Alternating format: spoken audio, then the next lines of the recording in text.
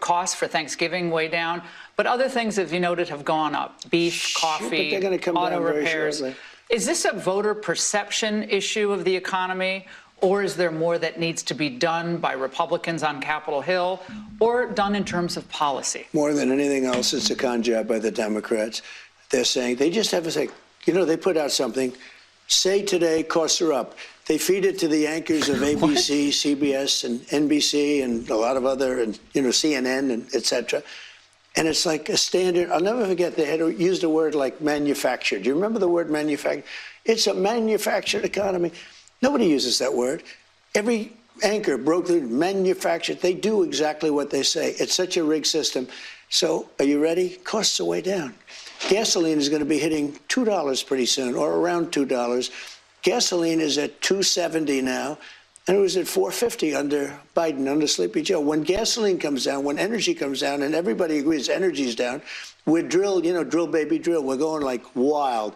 We produce more gasoline, oil and gas in the last month than we ever have before, by far. And we're going to also end up filling up the national strategic reserves, which were taken out by Biden in order to try and win an election. Didn't work out too well. They tapped in. That's supposed to be for war, for national emergency, not to get. So are you saying that voters are misperceiving how they feel, or? So when I took over, you remember? Because you said Biden did that too, because he was saying things were great, but let's things weren't say great. it's synonymous. Biden and Kamala, because you didn't what know the who the hell was campaigning. Okay. Okay, so I am. You might have seen it in my reaction. I am stunned at what we just heard. That was exceptionally bad. Donald Trump, when he answers a question, even if it's the most basic question you can think of, he finds a way to answer it incredibly poorly. He does his quote-unquote weave, which is just a nice way of saying cognitive decline. That was exceptionally bad. He didn't say anything, right? His entire point there was it's the Democrats' con job. The Democrats apparently give talking points to anchors, and it's a manufacturer economy. It's nonsense. It is total nonsense. Then he started talking about drilling. I mean, this guy is all over the place. And even Laura Ingraham followed up saying, so are you saying that voters are misperceiving how they feel? Donald Trump is basically telling his base to not believe their own eyes, not believe their own wallets, that when they're going to the grocery store, things are up. The price on the cash register has gone up. Just don't believe it. That's what Donald Trump is saying. All of these prices have gone up. And even Laura Ingraham gave him like a softball. This is a question that the president should be able to answer swimmingly. And she said, all these things have come down. They haven't, but she gave him a softball and he completely struck out. Oh, it is so brutal listening to this guy speak. It really, really is. It really, really terrible answer. Voters are misperceived. This is crazy. Let's move on to the next clip I want to show you because I have two more I want to get through. It's just crazy. So on the affordability question as well, Laura Ingraham was asking, okay, so, if the prices are going down, why are people anxious about the economy? And Donald Trump, I think, doubled down on what he was saying. Take a look. We're down on energy. We're down on interest rate. Interest rates are down despite the Fed. Now, if we had a normal person at the Fed would have really low interest rates, and we will soon have that. We'll have somebody that's. And why are people saying they're anxious about the economy? Why are they saying that? I don't know that they are saying. I think polls are fake. We have the greatest economy we've ever. All right. We have. We will have over $20 trillion come into our economy, and it's low. Okay, so we're back to Trump is like a cycle. I mean, it really is. If you look at, any election he's run in, or let's just use the 2 terms he's won, every time it's, I'm going to do this when I get into office. And then the country comes crumbling down, the economy comes crumbling down, and then any concern about these crumbling institutions, he says the polls are fake. It's cyclic. With Donald Trump, you can predict what he's going to say. We're back at the stage where he claims that the polls are fake. So people out there are voting in elections overwhelmingly for Democrats, whether it be what we just saw on Tuesday or special elections around the country. And beating Donald Trump, their main concern is the economy, and Donald Trump still says it's fake. You have election results, you have polling, you have consumer sentiment, unemployment, all of these different indicators, and he's like, oh no, I just don't think it's real. He is striking out, I should say, in this interview so badly. This is the thing he promised to work on when he got into office, and it's completely backfired on him.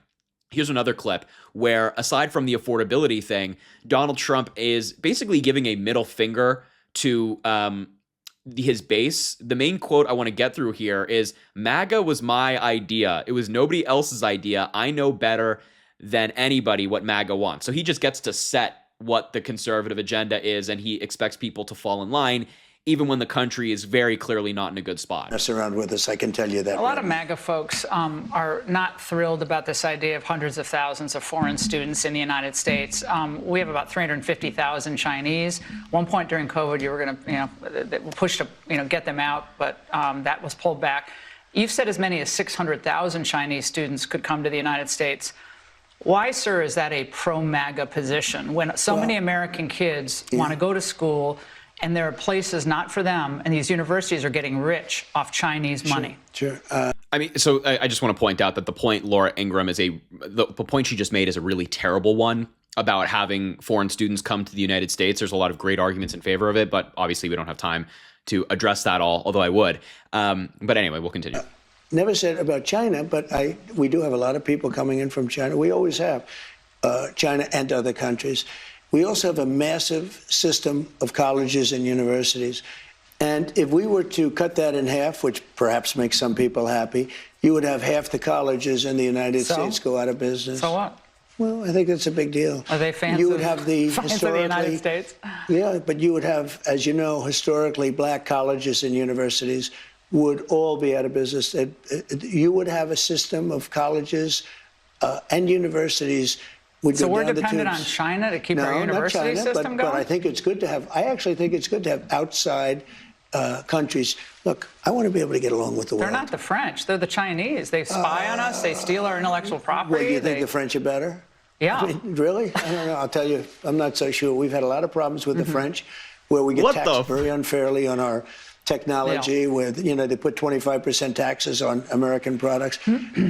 Look, assuming everyone treats us badly, because that's the way I am, but we take in trillions of dollars from students. The students pay more than double when they come in from most foreign countries.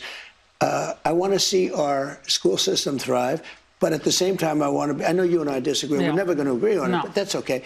And it's not that I want them, but I view it as a business. We have millions and millions of people. Also, I want to get along with countries if possible. People are shocked. Remember, Hillary Clinton said, we'll be in a war. I stopped 8 wars in the last 9 months. I don't want to be in wars.